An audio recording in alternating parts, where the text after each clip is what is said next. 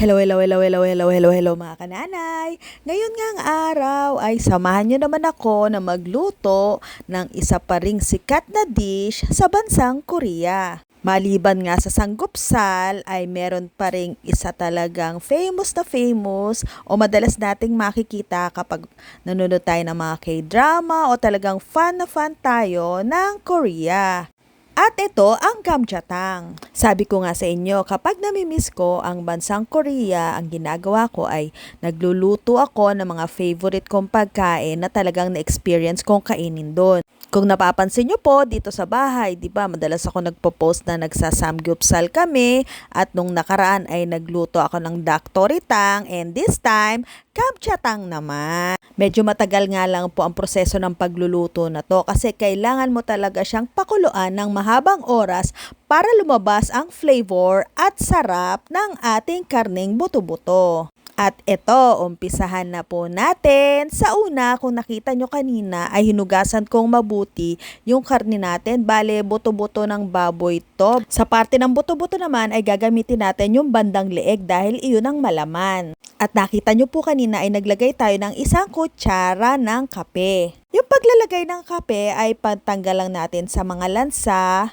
at di magandang amoy nitong ating karne at wag po kayo mag-alala, huhugasan lang natin siyang mabuti at hindi naman lalasa ang kape natin. At pagkakulo nga po nung karne natin, nakita naman natin sa ibabaw, di ba, na naglabasan na lahat ng impurities o dumi ng ating karne at iyan, huhugasan din natin siyang mabuti. Siguro mga 3 beses ko tong hinugasin ng paulit-ulit para lalo luminis ang ating karne. At pagkatapos naman ay lalagyan natin siya ulit ng tubig para pakuluan natin siya ulit. At habang sa pagpapakulo ay sasamahan na rin natin siya ng onion leeks, luya, sibuyas, bawang, at pamintang buo. Dito nga po ay gumamit ako ng gantong lalagyan para mamaya ay hindi na sila mahirap tanggalin at isang tanggalan na lang pagkatapos nating pakuluan. At yan, sinabit lang po natin sa gilid para naman ganyan lang siya, palutang-lutang. Tapos lalagyan natin siya ng level na tubig. Ikaw, depende sa'yo kung gaano karami ang gusto mo. Pero sa akin, ginawa ko kasi since matagal naman siyang pakuluan, ay nilebel ko ng lagpas doon sa karne. At isasabay na rin natin sa pagpapakulo itong doenjang. Itong doenjang na to, mabibili mo to sa mga Korean grocery o meron na rin nabibiling ganito sa supermarket. At pagkatapos ay naglagay na rin tayo ng 2 kutsarang mirin at 2 kutsarang sake. At pag kumukulo na nga ang sabaw natin ay ilagay lang natin sa medium fire ang ating kalan. Pakukuluan natin siya sa mga 1.5 oras at checkin lang natin from time to time baka matuyuan na ang ating sabaw. At yan, pag malambot na nga ang ating karne ay ilagay naman natin ang patatas. Ang gamjatang nga pala ay hango sa salita in English na potato na ang ibig sabihin ng gamjatang ay potato stew.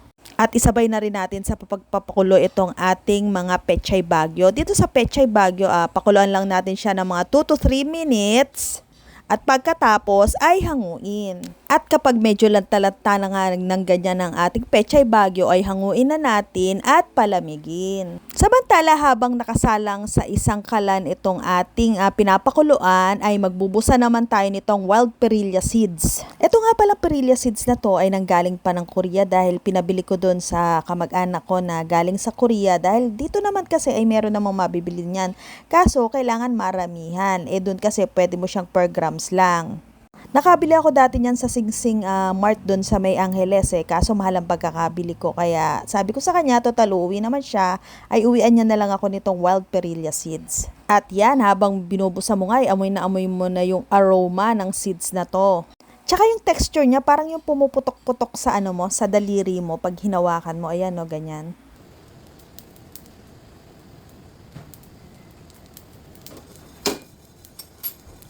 At pagkatapos ay didikdikin mo siya. Ay kahit na pala hindi mo siya dikdikin, basta pagulungin mo lang ganyan kasi mararamdaman mo na parang yung mga pumuputok-putok siya, ganito yung sounds niya.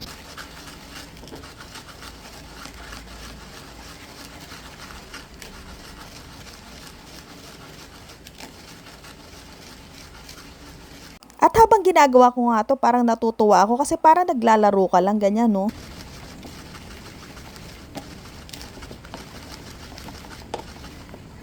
At bukod nga sa patatas at doon sa pechay bagyo na ilalagay natin ay lalagyan din natin siya nitong butcho o parang kutsay dito sa atin.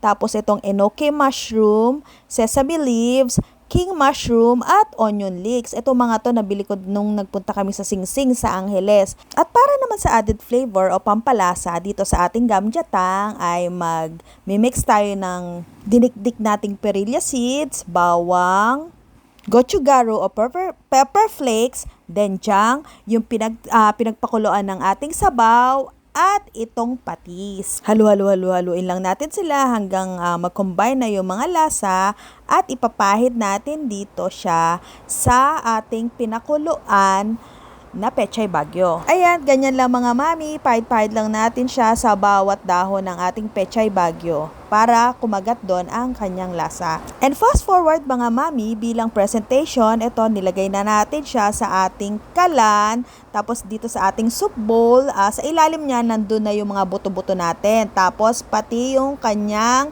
patatas. Tapos sa ibabaw, nilagay na natin yung sesame leaves, onion leeks, king mushroom, enoki mushroom, pati na rin yung ating sesame leaves. At yan mga mami, bali ganyan ang presentation ko sa tuwing gumagawa ako nitong gamjatang. Nakalagay na dyan sa ilalim yung mga ingredients at yung mga ilalagay natin sa ibabaw.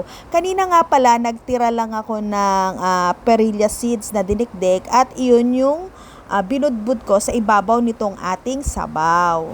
At yan, ready na po yan mga mami. Pakukuluan lang natin. Tapos maganda siya habang kumukulo, doon na tayo kakain. Dahil masarap humigop ng mainit na sabaw. Lalo na pag gantong tag-ulan. Bali, ang lasa nga po pala nito is parang nilaga. Yun nga lang, kaibahan sa nilaga ay iba rin yung mga gulay na nilagay natin. At syempre, ito nilagyan natin siya ng patatas dahil siya ang bida sa pangalan ng ating niluto ngayon, ang gamjatang. Ang gamjatang nga po pala sa Ingles ay potato stew. Gamja o kamja na ang ibig sabihin sa Ingles ay potato. Yun lang, maraming salamat sa inyong panunood. At sana po ay i-share, like nyo itong video ko. Maraming salamat!